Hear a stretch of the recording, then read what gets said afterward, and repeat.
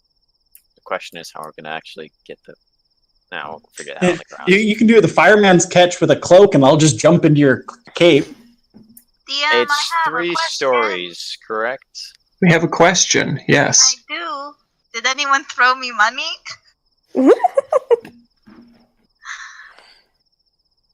Let me find out. You guys, please keep describing how you're working getting Rexit off of the roof. Back to my And original question, we were 3 stories tall.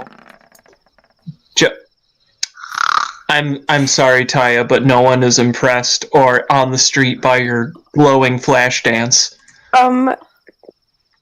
Did we get there yet?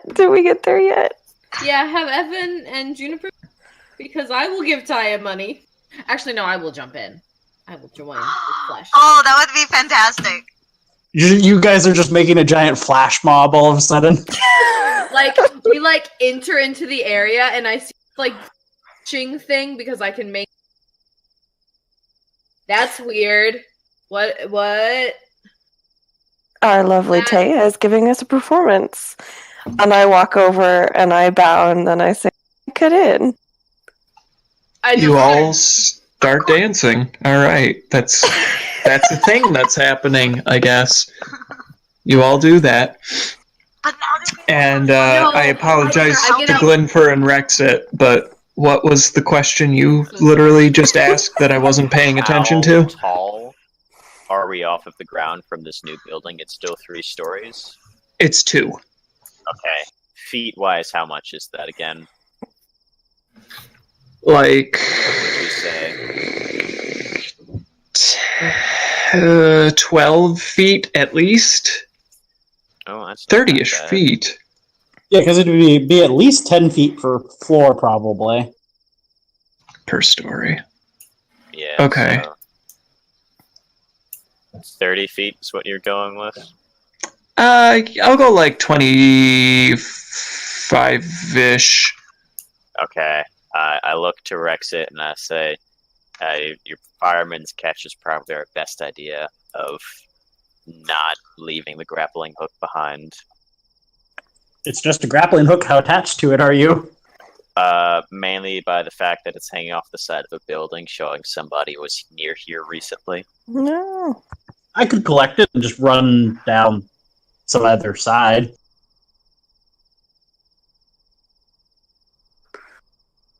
I'm sorry, what?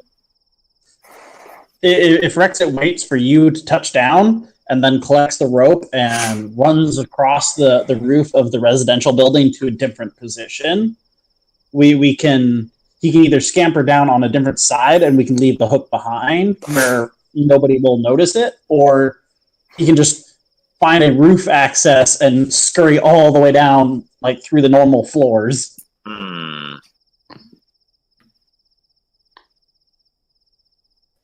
Just a random goblin running through their apartment at 8, 9 o'clock at night. Yeah, no, we're not going to do that second plan. I guess we'll just have to leave it here because we'll be coming back.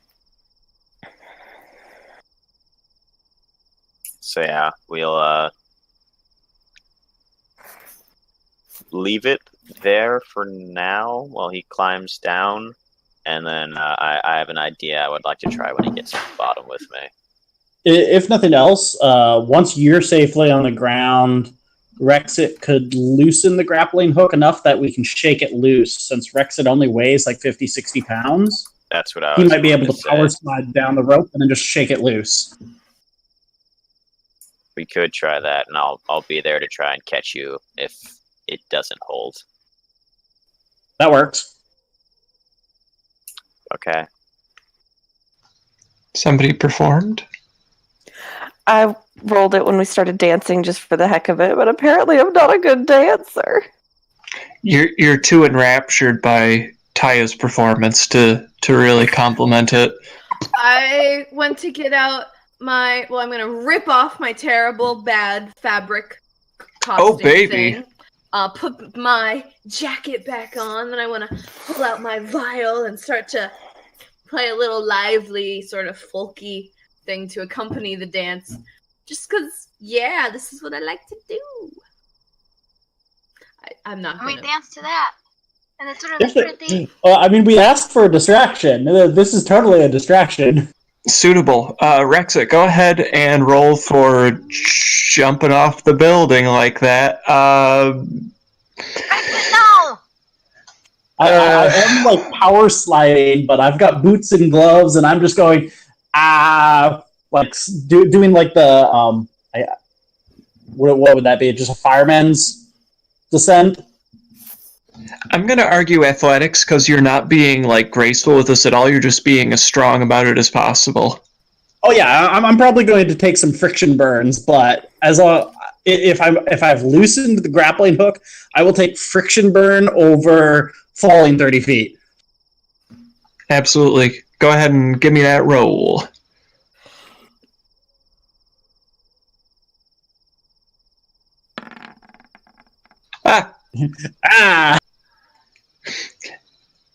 You're trying to pull the grappling hook free, and you don't do it fast enough, and you hit a snag before you reach the ground. You take a little bit of whiplash from the sudden stop, and you hang limply in the air for a few moments before the grapple hook suddenly jerks free, and you hit the ground with a thud. I did say I was trying to be underneath him to catch him in case he fell. Yeah, he was going to catch me in his cloak like a trampoline. Not really the cloak, more of an actual catch, because I don't trust the cloak holding up 60 pounds suddenly dropping on it. Glinfir, you make me an athletics check of your own. Regardless of the results, this will be fun. You catch him. Though he hits you a little strong and you kind of collapse to your butt after he hits you. Neither of you take any damage, but you're both kind of sprawled out on the ground in the alleyway. And now we quickly roll out of the way as a grappling hook is quickly falling from 30 feet above us. Yeah, a 4-pound grappling hook falls 30 feet down. It cracks the cobblestones underneath it as it lands, like inches from both of your faces. I look to Rexit and I say, I think it's time for us to go. Agreed. We try to nonchalantly exit this very loud alleyway. Luckily for you, your friends are playing music and dancing in a brightly illuminated rave, just a handful of yards from where you slammed into the ground. Talia's first rave. Yeah. Okay. How good of you to join us. Wait, did we stop? We did not approach you guys because you were very attention. Just and kidding. like I would rewrap my sword belt around me and then reattach the cape around it to kind of hide it. Just keep And we can give like an Ebonclad like whistle bird noise and be like, time to go. Yeah. Yes. Alright, show's over, folks. Thank you very much. Remember to tip your waitresses and be kind to your pet. I'm gonna bow and just kind of start to walk. I also bow. Does anyone pay us now that there is more than one of us? You get 3 gold. You lost some because of that last comment. 3. Okay, I'll take it. Money is money. And we're off! And hats brings you a dead rat. How nice. What a nice hat. Thank Wait, you, what's your hat's name? I forgot without looking at his character sheet. I think we named him Masks. Masks. Oh, Okay. what a cute raccoon. I love it. I like If masks. happens to it, I will kill the DM. Better than bring it. You'll have to find me first. So the 5 of you have the sword. You have 3 gold from your performance, and a half-eaten rat. I give And a middle 1 finger. gold And also a stone middle finger.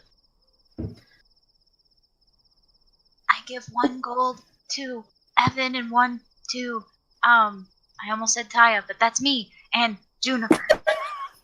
And then I give 1 to myself. I was just in it for the experience. Taya takes 2 gold. I put it in my pocket, and then I hand Taya the really terrible armor I purchased here. Merry Christmas. Oh, what is it? Bribe. Kind of a bribe, but mostly a lie. Oh, It is terrible chain shirt. how much did they just give it to you? Did you steal it? No, I told him that I was going to pretend it was inside of a troll to get Half Pint over there to want to sleep with me. In like 30 minutes, the guards are going to leave the blacksmith shop, and it's just going to be the blacksmith, and he's willing to let me in. So, say thank you. I got rid of the bodyguards. That works. That's perfect. I give a thumbs up, and I don't announce it. Yeah. Glinfir says thumbs up. I mean, you didn't actually say it. You Well. said it. Yeah. Realistically, the armor, I said it's really bad chain shirt, but really it's just armor class 10 with a max dex bonus of 2. So it's garbage. Yeah.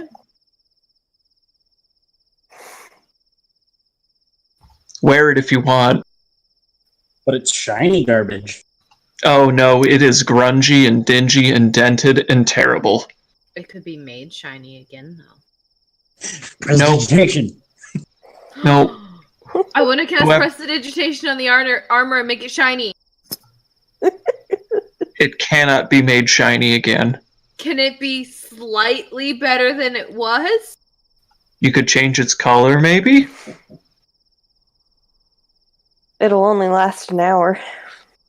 I don't It's care. terrible I'm armor. done.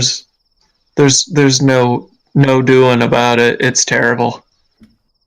Alright, guys, so I bought that armor because now the old guy in the blacksmith shop is gonna open the cage so my girlfriend, Juniper, not my real girlfriend, can touch the shiny things, because apparently that what makes her hot and heavy. So the blacksmiths, the bodyguards for the sword, aren't going to be there when he opens the cage. So in like 30 minutes, no guards in the blacksmith shop. You mosey your way over to the blacksmith shop. It takes about 30 minutes. Whoa! Let's look at that. We're traveling at the speed of plot there, buddies. The group of you nonchalantly and discreetly arrive at the blacksmith shop. The familiar... Well, I shouldn't say familiar. The nice-looking building is new to 3/5 of you, but it's familiar to 2/5 of you. The lights are all off. However, there's a faint candlelit glow coming from the windows near the front entryway. I kind of stop the group and I hold out a hand and start tapping whoever is next to me on the chest. I don't know who it is, but I'm tapping them on the chest. Well, if it's me, it's my head, so... It's probably not you then. What is it, Evan? Can you be my wife again? Of course. Here's what I'm thinking.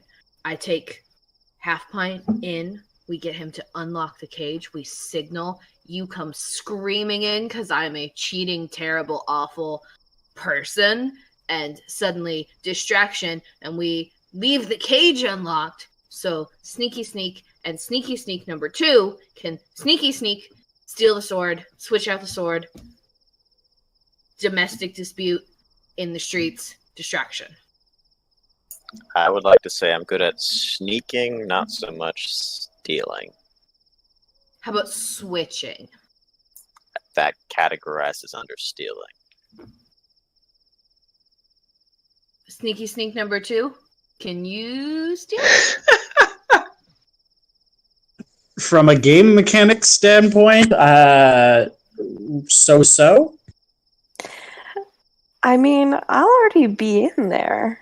That's true. Maybe I deal with my wife, and then blacksmith is distracted. What and we could do with that is you could have Juniper have the fake. I say it's like I pull out the fake and like wrap some bindings around the hilt and the pommel to hide what it looks like when you bring it in. Then while the distraction's going on, switch out the swords and then rewrap the original one with the same way.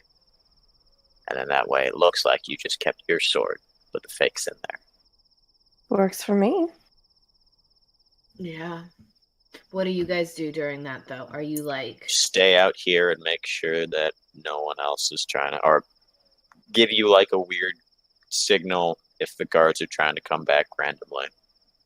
When they hear a disturbance. If this goes really, really bad. If this goes very south, we will stop the guards from entering. Okay. This is our turn to be the distraction. Well, you guys go in and do the stuff now. Not really distraction, more of lookout / warning / first offensive responders. All right. Does that plan sound copacetic by all parties involved in it? I think so. Sounds Okay, good to me. I would say the signal would be a whistle, because that's probably the only thing we can do that you can hear. I mean, we can probably do like an owl noise. Yeah, last time I did that didn't go well. Well, you're in danger. there were owls. To be fair, last time we also weren't prepared with a signal. If I mean, nothing you else, guys- I can you throw guys- a raccoon into the room. Out of character, you Yeah. guys weren't there when the signal happened. It was just Rexit and me when we were trying to Oh. get his attention. Just Keep in kidding. mind, Rexit is a city goblin. He probably has no idea what an actual owl sounds like. I'm a woodsman, but I'm not good at imitating other animals. I mean, from Rexit's point of view, that was a pretty good owl noise last time. Anyway, we're sticking with the whistle. All right, whistle it is. How do we signal Taya to let her That know was when my next question. to storm in because the cage is Do a 3-minute count, and then she goes in. That gives you guys enough time to start engaging, starting to look through. Cage is unlocked. Not enough time for him to like fully settle in and be comfortable, and then boom, sudden surprise. All right. You good with that, Taya? 3 minutes? Yep, that sounds good. All right. Curtain call, places every. Go stand somewhere, not the door. Shoo! Go stand off side. I find a nice little alleyway to lean against and wait. Everyone waiting, make a stealth check. Okay. Oh no! Oh, I should be fine. Okay, good.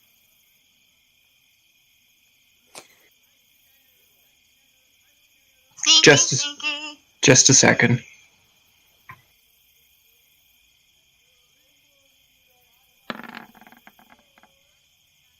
Oh, he did it.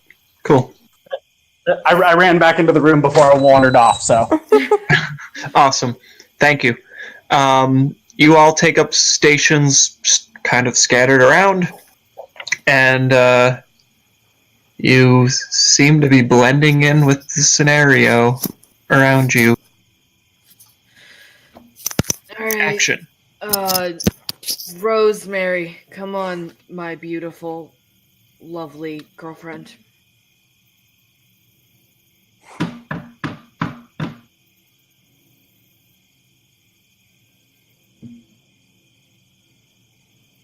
I bang on the door. I know, I heard. Okay, I wasn't sure because you didn't say anything. I was like, Nothing happens.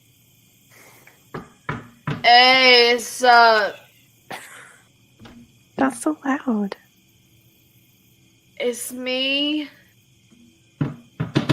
I just see if the door's unlocked.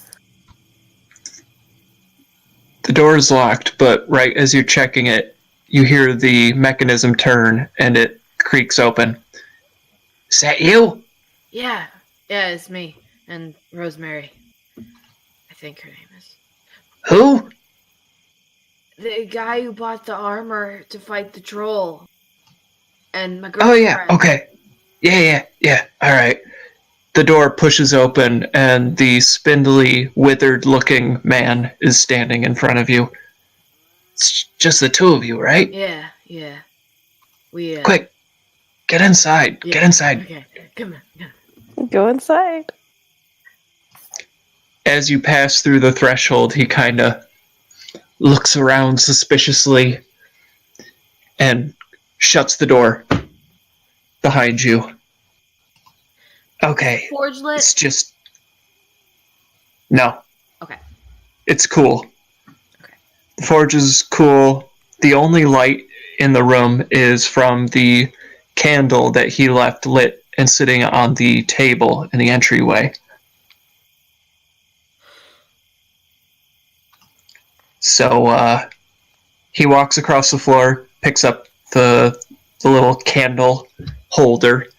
He's got it in front of him, and he says, alright, so, you guys wanted to see some of the good stuff, yeah? Yeah, some of the shiny stuff, the sharp stuff, the jewel encrusted stuff, if you know what I mean. It's what she really likes. Isn't that right, baby?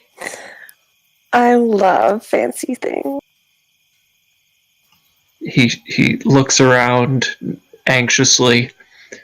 Well, I can show you some of the good stuff we have. Just, oh, we lost James. This way. And he motions for you to follow him. Just, if anyone asks, you came in here during the regular hours, you know? Yeah, of course, man. Absolutely. He, shuffles into the main room there, in and amongst all the racks of goods and different wares, and he beckons for the two of you to kind of stand a couple feet off from the caged area, and he holds up a single finger. He's like, wait here for a moment. I'll be right back. And he just kind of goes shuffling off into the dark. You can see the candle fade off into the distance as he shuffles through towards the forge area, and he reaches onto the blacksmith's countertop, and you hear him pull up the key ring, and they all jingle as he pulls them off of there, and he comes shuffling slowly back. Takes infinitely longer than it should for a man to walk across the floor and back. While all of this is happening, I am in my head. 1, 2, 3, 4, 5, 6. Counting to be prepared for when Taya comes in. He starts thumbing through the keys on the key ring, and he puts the first one in, turns it.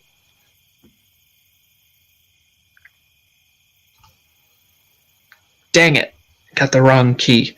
He thumbs through to the next one on the key ring.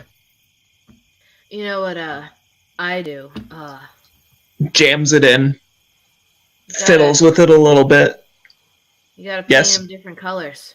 That way, you know, pink is the warehouse, green is the storeroom, and While you're red- talking to him, he just holds the keys and does nothing else with them. Yeah, but you do you. He reaches and grabs the next one. Jams it in, and it turns and clicks, and he pulls it open. There we go. Yeah, I knew it was one of these. How many keys are on this key ring? Just kind of looks at it. There's only 6. Okay. I'm gonna write that down because you made sure to tell us, and that might be important later. Or maybe he just can't count. Okay. He puts the key ring on his hip, and he holds the candle up as he shuffles through. And he comes in and he starts thumbing some of the boxes that are laid out in the area there that are partitioned off, and he motions for the two of you to come in. Come on. As we move forward, I kind of elbow Juniper in the side a little bit. Ask to see the fancy one. Yeah, What did he- Ask to see the fancy one. Yeah. I like twirl a finger through my hair. Which one is like shiniest? Oh, you want to see the shiny one, huh?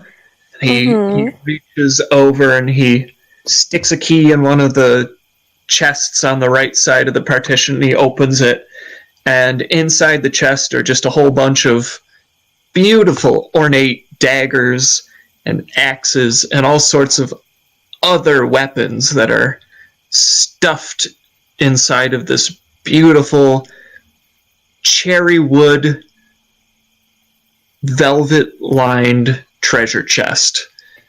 And he says, "Come here, little girl, come here. Take a look at what's in here. You're going to absolutely lose it when you look at some of the beautiful stuff that we've got in this one." You must be so talented. The out of character question. Sword is in a glass box in this cage, right? With another lock. Correct. Okay. You can see it plain as... Sorry. Juniper can see it plain as day along the far wall. Never do it. Has it been 3 minutes?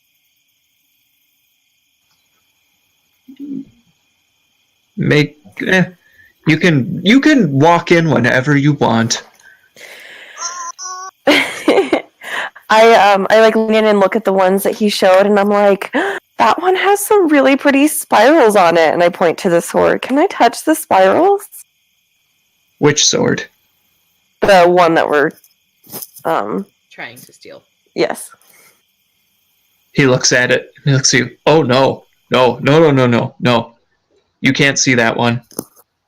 You can't see that one. No, I'm sorry. But that's the one my girl's digging. Can I maybe persuade you to let the lady touch the swirls? I just want to touch the swirl. They're just Can't you so just cool. touch the swirls? I don't know. That one, it's really important. I don't know if I should let you guys see that one. I promise I won't tell anyone. I don't know. I jingle my coin purse. I mean, man, we are so grateful you even let us in here. That would really make our night, if you know what I'm saying. Jingle. I don't know. I just give him like You'd have to make my night for that to be worth my while, you know? I mean, I think we could come to an arrangement, an agreement, but are you gonna let us touch it? Let the lady touch it, at least? I really want to admire your detailed handiwork. Go ahead and make Someone- a persuasion check. With advantage, because we're both doing Who? it? I'm actually just going to have you do it at regular roll because you're both trying, but he's also really against it. Okay. Oh, God. Hey! Oh, All the right, dice all right. gods are on our side. Dice, God. He holds Dice out his gods. hand and says, look, this is a special case. It's going to cost you 5 gold for me to even open it. Alright, you open it, I count your gold. 1. And I reach into the bag, but I don't pull out the second one as I kind of like pointedly tilt my head towards the case.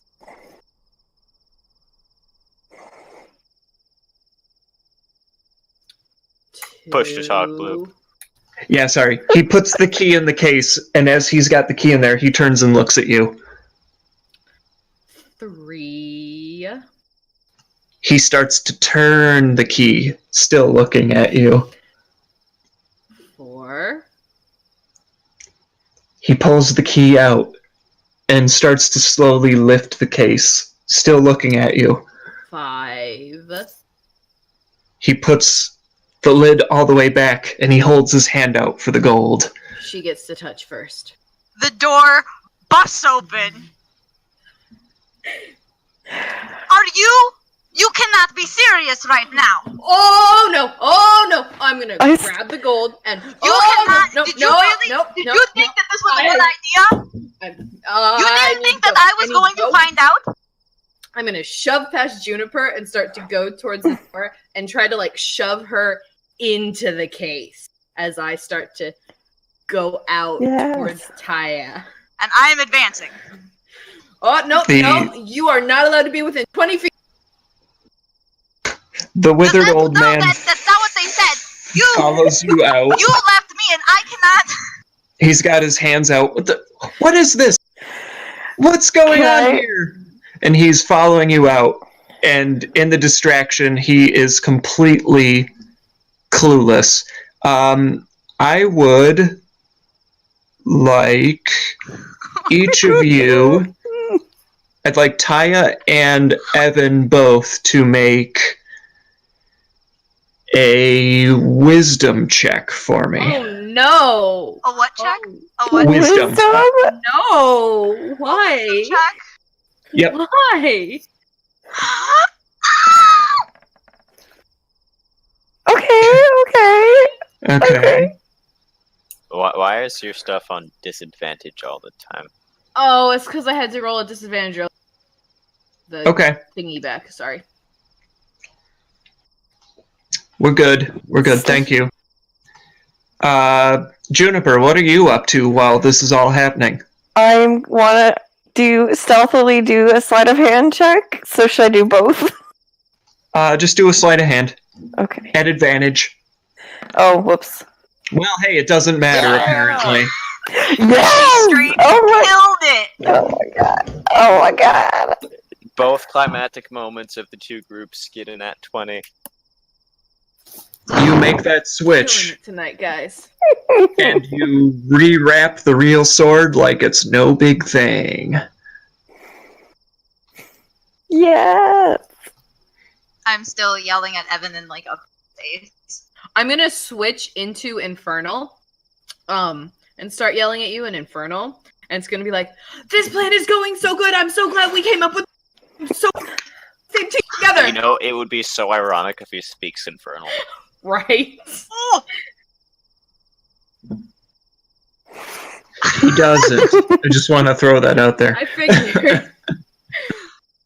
Taya yells back. I know. I can't believe this is actually working.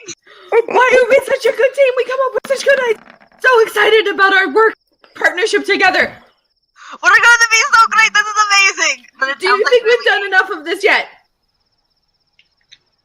The arguing continues. The old man is looking to get his gold from you, and he says, all right, that's it. You all have to get out. Get out now. Get out now, or I'm calling the guards back. They're just out having a smoke in the back. I didn't get to touch the... Out now, he says. This is your fault. My fault. Oh, it was my fault. But you are the one that 20 was... feet away from me. He rushes back to the cage and he closes the sword in the display case, and he pushes Juniper out and says, I'm sorry, hun, but you have to leave too. This is between the three of you. Get out of here. Okay. I leave. I do not leave him the gold. I just leave. I was expecting that. I storm off after him. I'm still yelling. He ushers you out Don't without touch saying me. anything else. I love you And- so much. This worked so well. Slams the door behind you, and you hear the distinct sound of the mechanism locking, and then additional locks being added to the interior of the building. I'm gonna keep arguing and just keep going. No stop. No rendezvous. Just go. I'm gonna Yep. wait a little bit so they can get some distance, and then I'll follow. As you come out of hiding, you see the two mercenary guardsmen kind of come out from the back. They're smoking like cigarettes or cigars or whatever, and they're just eyeing the three of them, arguing suspiciously as they wander down the alley, but they don't make any moves other than just coming to the front of the building and looking confused. Okay. I'll start to trail my group. I give Glinfir the sword. And Rexit gives Glenford a lead, and then he follows like 30, 40 seconds later. Cool. The lot of you are able to kind of just mosey your way back towards the archives. The sword, the real sword, is still kind of a prop quality. It's mostly for showing, not for blowing. You couldn't really kill anyone with it if you really wanted to, unless you really applied a lot of pressure, but it's not going to cut or nick you if you just kind of handle it offhand. Can I just admire it for like a hot second before I give it to Glinfir, actually? Because it's like expensive, and I do actually like expensive shiny things. You mean that wasn't an act? Maybe. Yeah, you've got plenty of time to examine it along the way.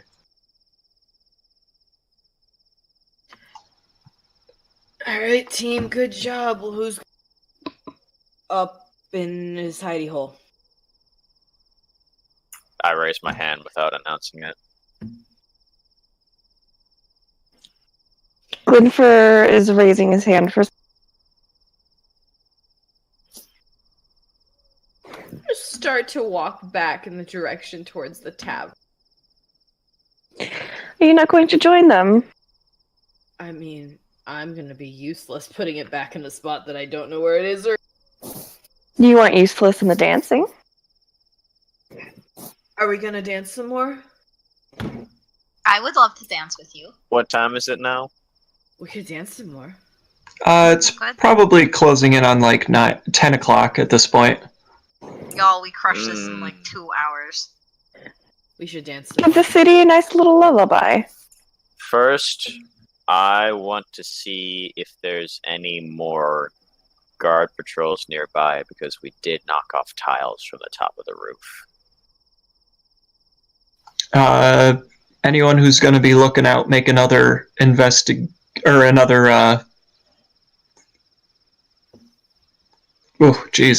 check. Oh, it was intelligence. It was intelligence earlier. Yeah, do it. Yeah. Do that. Consistency. Yes. I'll also... While they're doing that, I'm switching out of Dirty Rag to Evan. Well, apparently Taya and Rexit switched this time. You're too busy talking about your next dance routine with Evan to really pay too much attention. Fair enough. We could do this thing where, like, I'm playing and then, like, I dip you, and there's a pause in the music as you, like, dip in silence, and then I play some more and you, like, twirl around. Okay, I can do that. You can do like a pirouette, right? Or like a. You have good extensions. I'm a little rusty, but figure it out. We'll work on it. We'll work on it. We'll Workshop this. Yeah. It's gonna be great. You two are adorable. Glinfir If and I had my Rexit. other eye, I would wink at you. You see that the guard patrols are still normal. There isn't like increased patrols or anything. They don't really seem to have noticed the fact that there's some broken tiles on the ground below you. Okay. So I'll look over at Taya and I'll say, same plan as last time then. Sounds good. You got it. I would also wink at you, but I can't. Looking at the archives, how difficult would it be just for me to freehand climb it without having to worry about getting the grapple undone again like last time? Because you did say there was like a lot of aesthetic pieces carved into it, so should be a lot of handholds along the sides. You'd have to make a difficult athletics check to climb up, but I wouldn't say it's impossible. I look over to Rexit and I say, what do you think? Should we do the grapple again, or should we just try and make this speedy and free climb?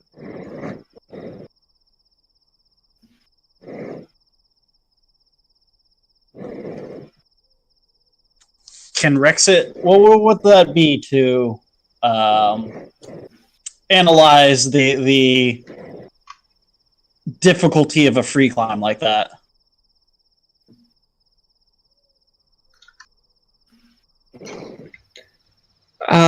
I'd say probably wisdom. Kind of eyeing up the surface, seeing what might be the best handholds, and then figuring out a path from there. Could I do so as well? Or... Sure. Okay.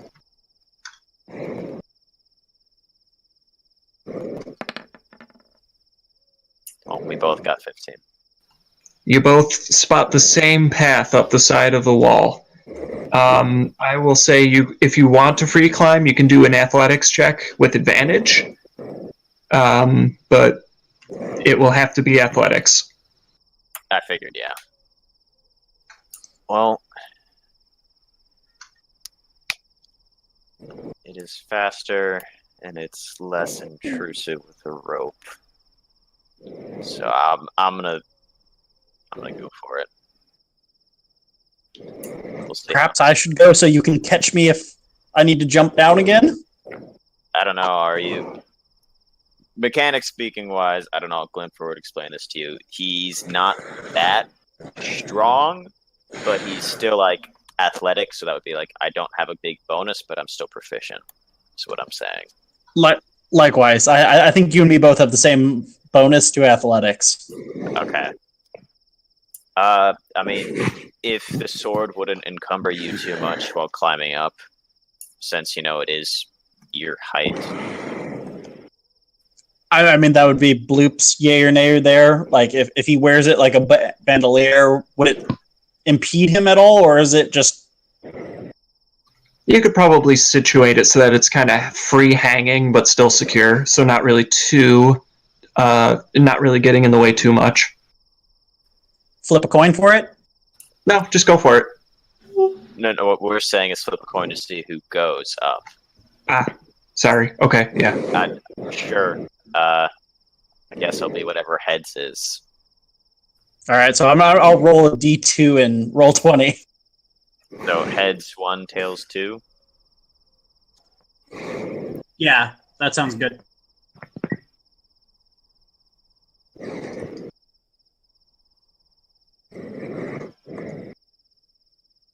Okay. Yep. Looks like it's me. I limber up real quick, make sure I'm all stretched out before attempting the climb. I'm assuming the three of you are performing at this point again to try and distract. Oh, yeah. Would you make a performance check with an advantage for me? Someone. Ooh, Doesn't I matter will. who.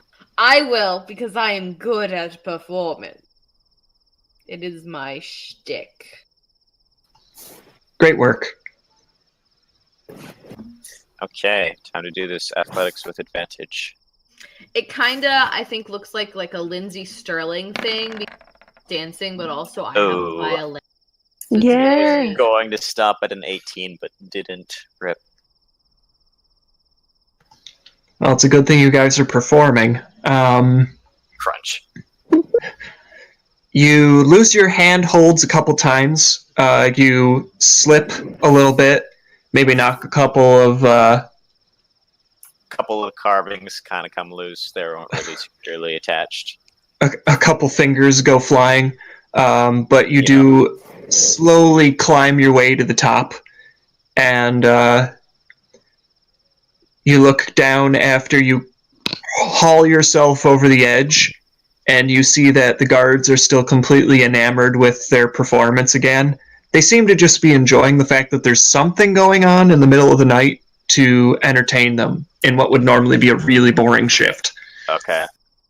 So I will stealthily try to cross the roof and wedge the sword back into the statue's hand.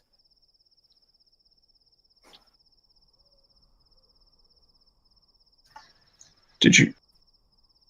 Oh, Did it roll? and- I didn't roll and anything.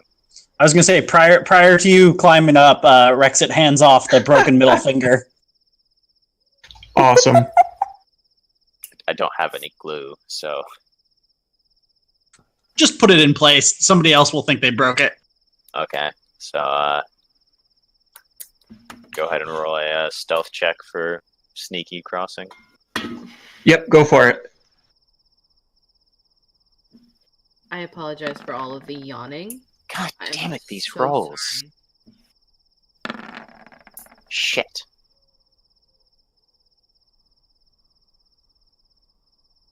Oh no. Cool. You walk across.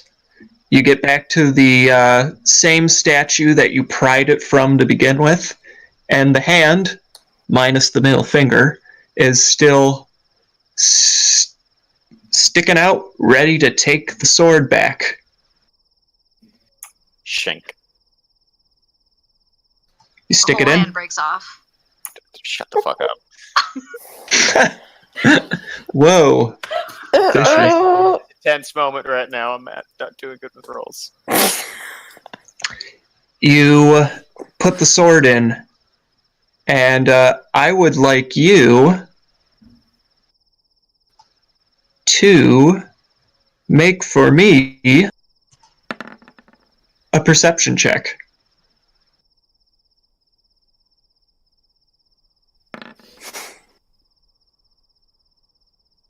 Cool. After you put the sword in, you hear the sound of soft foot pads on the ground behind you, or on the roof behind you. Oh no. It all went so well, and now Okay, suddenly I, Glenfir's dead. Hand on my sword, ready to draw just in case, and I slowly turn my head behind me. You turn and look, and there is a figure behind you, bedecked in a black hooded cloak, wearing dark pants and a dark shirt, just completely robed in black. And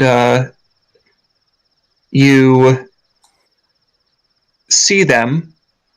They are standing there. They obviously, from the looks of things, expected to make enough noise for you to notice them.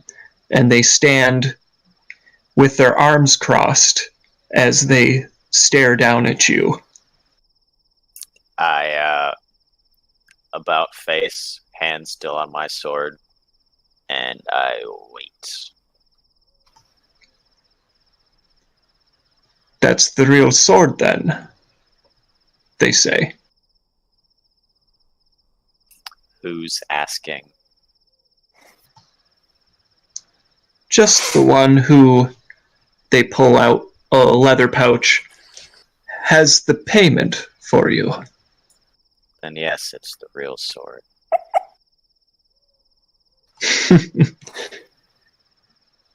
You say so, but I would like to inspect it first. I'd like to do an insight check. Yeah. I would love for you to roll it then. Good man, Glinfir. Yeah.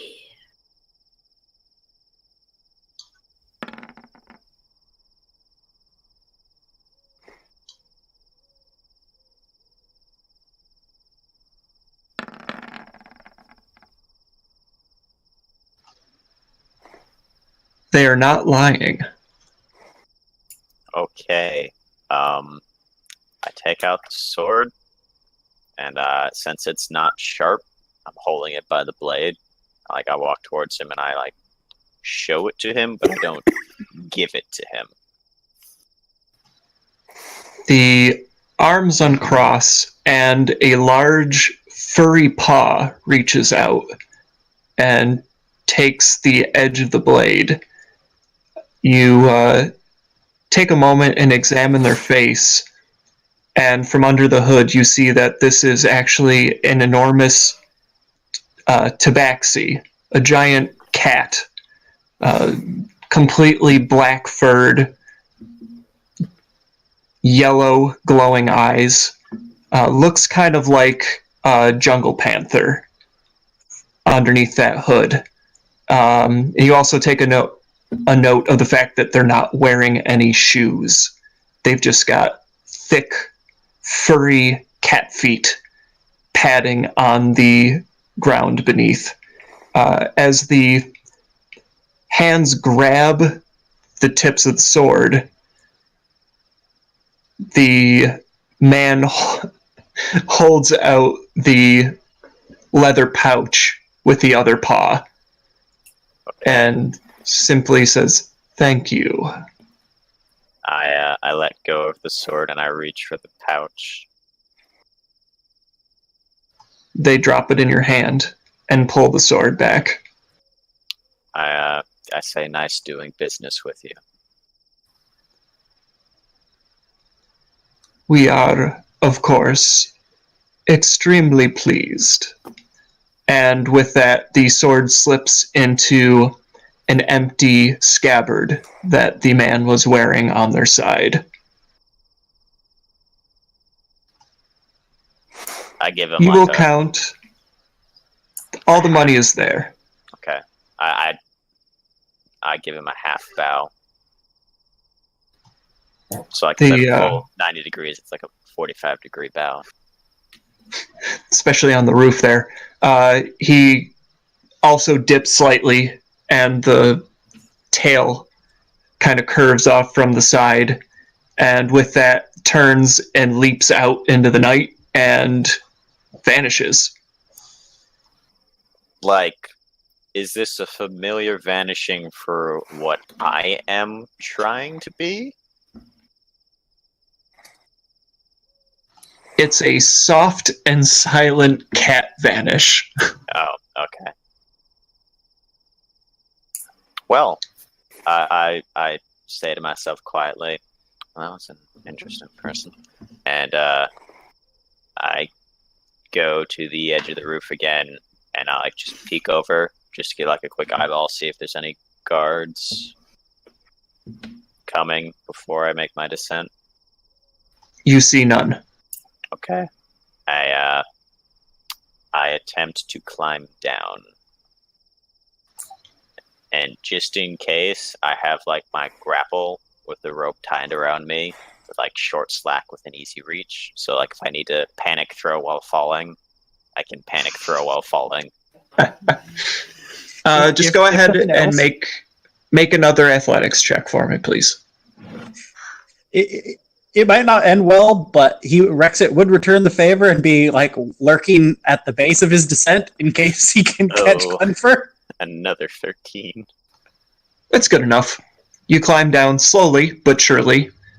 This time, you don't knock anything down. You make kind of the same way you climbed up, back down the wall.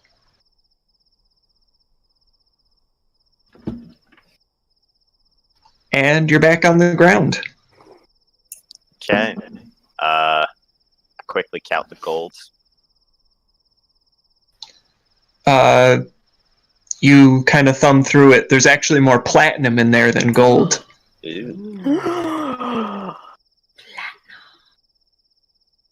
But offhand, just kind of looking through it, it looks like there's at least close to 1,000 gold in there. Score. Okay. Not character counting the score. platinum, or is that 1,000 in platinum? In value. Yeah. Okay. Out of character score, in character, he does a small shrug. Secrets the gold in his tunic, so it's hard to steal from him, and goes to get Rexit and the rest of the gang to go back to the Dragon. And you all can do that. Let's see As soon here. as we get back to the Dragon, I want to go up to the counter and be like, I need 5 disgustingly alcoholic beverages, please. You get 4 more gold from the guards as they appreciate your performance. Nice. We get 4 more gold. I share with the group and everybody gets 1. One? There's 5 of us. There's 5. Okay, well, I already got the gold. So I give Glinfir passes out the gold. You guys would have noticed by now he's not a very material wealth kind of person. Are you sure you don't want it? I'm sure. Okay. Say so. We'll set it aside for you. Everyone's so considerate. Dragon Man, drinks, 5. Toxically alcoholic. As usual, you arrive at the Dragon. It is closed, but he opens the door and lets you all in. And he brings the grossest, most potent drinks he can. I shove one in front Think of each paint member of thinner. my group. Paint thinner, but worse. No. Exactly. Stuff that makes you go blind. Yeah, as soon as you give Cinder it Scar. to me, I immediately just push it back to you. No, you drink this, and I push it back towards you again. Bonding moment. No. I just watched that video. Darling, God you damn can't it. turn down a free drink. Yes, I can. And I Taya, do you have a thing? give it back to the Dragonborn. No, I snag it. I'll drink it. I was gonna ask if he has hard cider or cider, I'd like some of that instead, please. because I am not very good at drinking. Yeah. Rexit happily drinks the go blind liquor and just passes out. I drink mine, and I also he's drink kind of cute Glinfir. when he's... Cinderscard eyes the bottles, looks at Taya and says, I'm still trying to figure out what's what around here. Yeah. Juniper. June needs short one. Drink. Yes, Evan. All right, fine. I drink like half of it and give the rest to Evan. And then I sing very poorly drinking songs with Evan because Juniper is tone deaf. Cinderscard takes the leather pouch with all the gold after he carefully doles out the drinks that people have requested. He counts the currency inside and says, well, that's a mighty good haul. That's actually a little bit extra than we were expecting. And he slides 300 gold across the table. And he says, split that up amongst you guys however you want.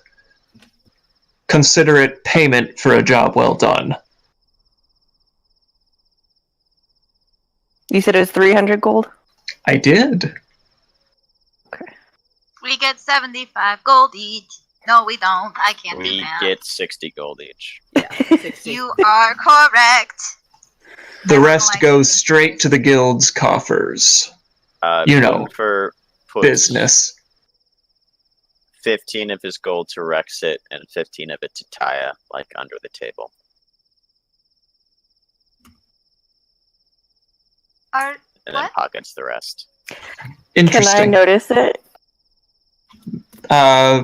You Glinfir, are make currently inebriated with very strong grain alcohol.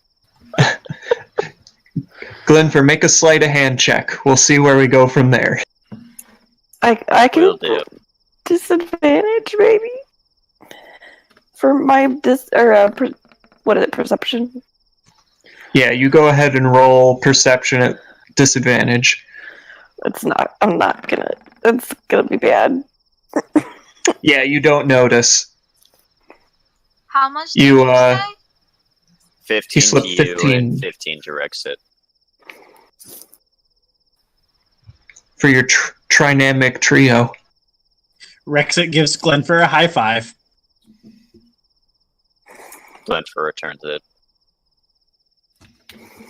If anyone has anything else they'd like to add or do, now's the time, but that would be the end of the evening's festivities. I was just gonna say that Taya gives Glinfir a hug. And he probably doesn't like it. He's a little bit awkward, but he still hugs back. More surprised than anything. I don't know why you gave this to me, but thank you. I'll buy your drink. He just slightly smiles and sits back down. Before she passes out, Juniper is gonna look at Taya and be like, "You were so good at dancing, and it was amazing." And then I Oh, shucks. lean in to kiss her hand, and then just pass out with my face on the table. And you only drank half of it. Rough. I'm a halfling. She's 3 feet tall. I lift her up by the back of her shirt so she's laying flat against the back of the seat and not face forward in the table so she doesn't wake up in a pool of her own vomit and choke. Because, life experience. I think the leaning back against the chair would do it more, since, you can't throw up. You'd be like... Maybe on my side. Yeah, she should be in the recovery position. First aid lesson. I didn't say he was smart. The 3-foot height rule doesn't apply. Rexit's the same height. I feel like Rexit's a little... I thought you said Rexit immediately passed out. Well, he stole whoever's drinks were being avoided, and he's like, mine. I drank mine and Glinfir's and the other half Juniper's, and then I'm gonna kind of just before I pass out. Glinfir would sip his cider and leave once he finishes. And before I pass out, I just want to say that we worked well together today.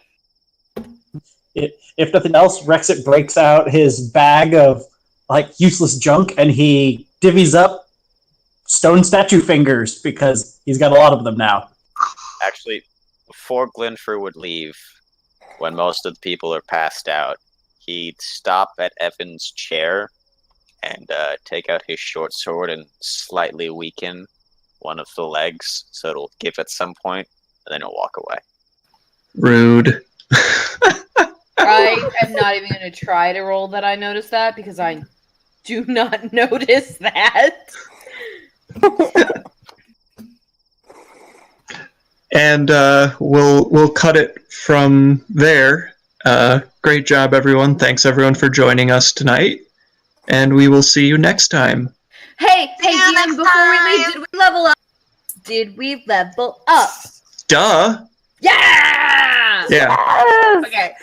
Finally! And I got 2 days today. Yeah, you guys will be leveled up for next adventure. Sweet. Level 2! This is like session 7 I've played with Evan at level 1, and I'm just so happy. Well, don't blame me for get that. to be Glinfir level 2 and stuff.